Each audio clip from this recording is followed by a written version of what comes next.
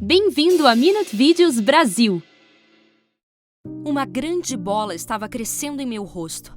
Começou pequena, mas agora estava tão grande que eu não conseguia comer, mal conseguia falar e minha pele estava descascando. Eu não aguentava mais. Foi então que eu decidi estourá-la com uma agulha.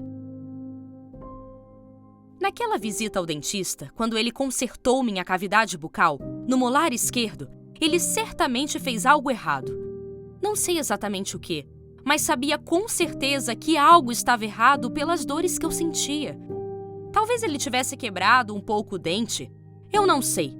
Depois do procedimento, a anestesia passou, mas a dor permaneceu. No começo, pensei que era apenas do procedimento. Mas uma semana depois, em vez de me sentir melhor, eu estava me sentindo cada vez pior. Meu dente doía tanto que eu não conseguia nem pensar. Eu apenas segurei meu rosto e chorei. Algumas bactérias produzem um ácido que danifica seu dente. Uma vez que o dente está danificado, as bactérias se espalham mais fácil e produzem mais ácido, o que te causa mais danos. Eu nunca gostei de ir ao dentista. O fato de ser um estranho colocando as mãos na minha boca, o gosto daquelas luvas de borracha, o cheiro de todos os produtos químicos, sem mencionar a sensação de alguém ficar me cutucando com todos aqueles instrumentos metálicos. Que nojo! Mas por alguma razão, parecia que eu sempre tinha cárie, sabe? Aqueles minúsculos buracos que são formados por hábitos alimentares pouco saudáveis.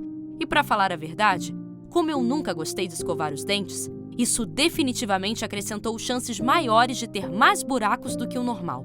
Mas o que eu não percebi foi que ter muitos buracos no dente poderia levar a algo tão drástico como a perda de uma vida.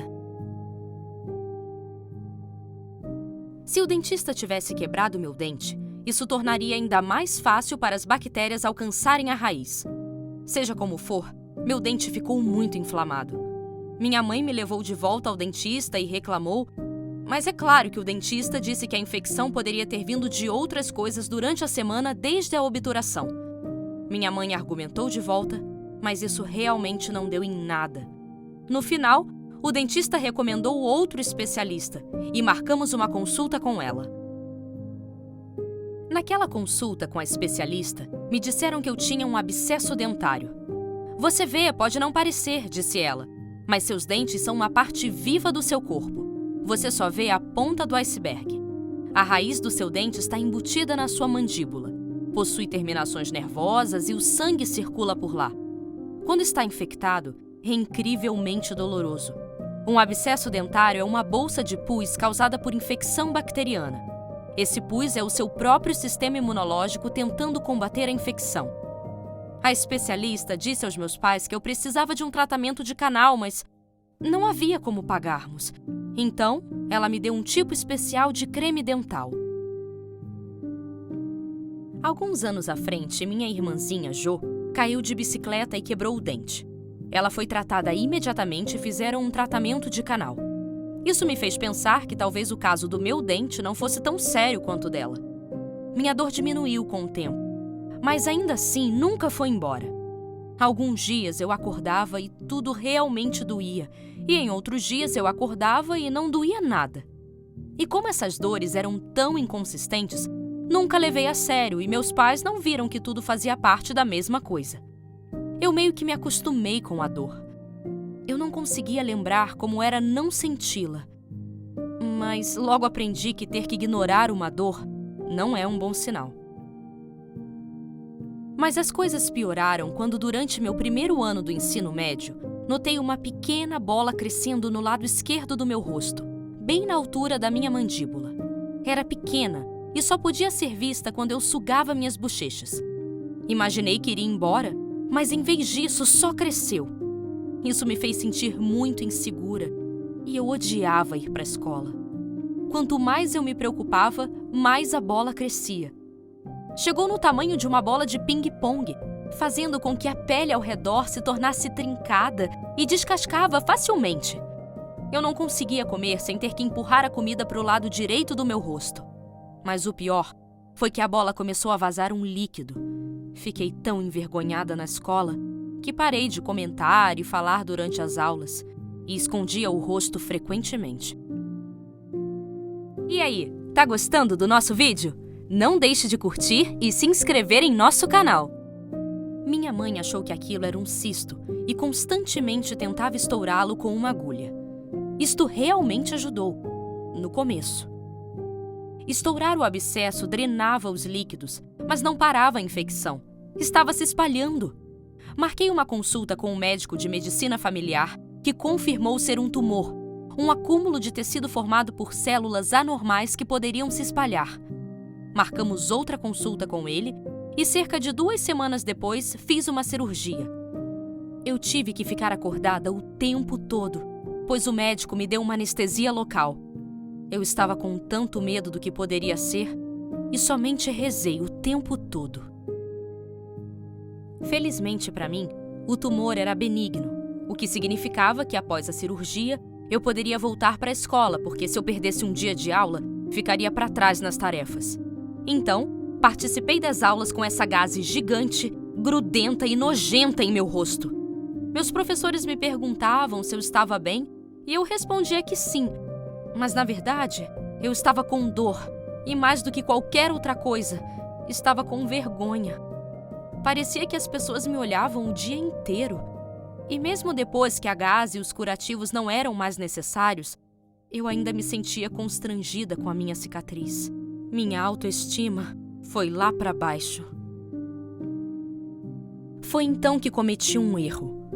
Quase nunca nevava na Geórgia, mas quando finalmente aconteceu, eu fui uma das primeiras a sair e brincar. Enquanto brincava com alguns amigos, escorreguei e meus pontos abriram. Eu tive que voltar para o hospital e fazer alguns pontos novamente. Mas desta vez, os pontos começaram a sangrar e o pus começou a sair da ferida. Meu médico me deu muitos antibióticos e, claro, eles ajudaram por alguns dias, uma semana. Mas foi aí que a infecção voltou novamente.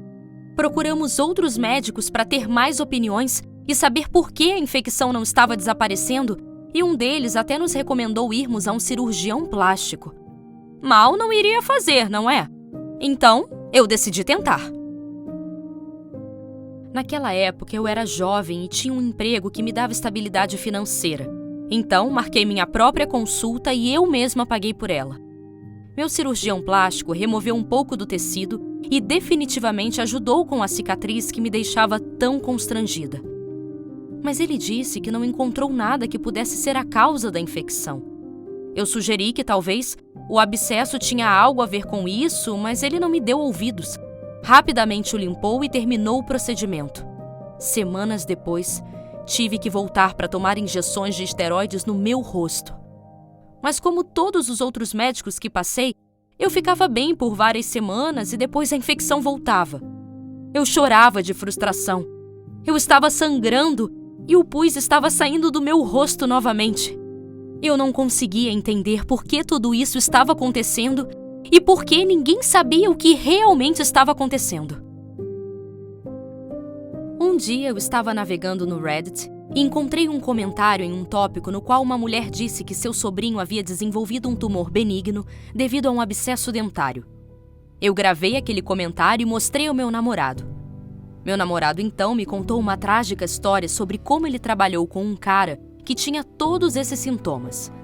Meu namorado me disse que tudo começou porque seu colega de trabalho não tratou seu abscesso no dente. As bactérias invadiram a polpa dentária e a parte mais interna do dente, que contém vasos sanguíneos, nervos e tecido conjuntivo. Depois, infelizmente, se espalharam pela mandíbula, pelo pescoço e pela cabeça, exatamente como o especialista me explicou por todos esses anos. Ele perdeu a vida por causa disso. Seu colega de trabalho não sobreviveu. E foi aí que eu caí na real. Claro! Não foi por acaso que a infecção estava perto do meu dente ruim. Eu, então, encontrei um dentista e reservei um tratamento de canal imediatamente. O especialista em canal radicular disse que nunca havia visto uma infecção tão feia. Depois de uma semana do tratamento, a infecção desapareceu e meu rosto finalmente se curou. Apesar de toda a dor temporária, e a cicatriz permanente, fico feliz que tudo tenha acabado. Fiz todas as coisas que o dentista me recomendou, à risca. Eu cortei muito o açúcar da minha dieta. Sinto falta de refrigerante, mas não sinto falta da dor tamanha que a quantidade de açúcar causou nos meus dentes. Troco minha escova de dentes a cada 3 meses e agora não me sinto mais confortável em dormir sem ter escovado os dentes. Eu ainda tenho medo de dentistas, mesmo após tantos anos. Mas eu tenho mais medo do que poderia acontecer se eu não for e acompanhar meus exames anuais.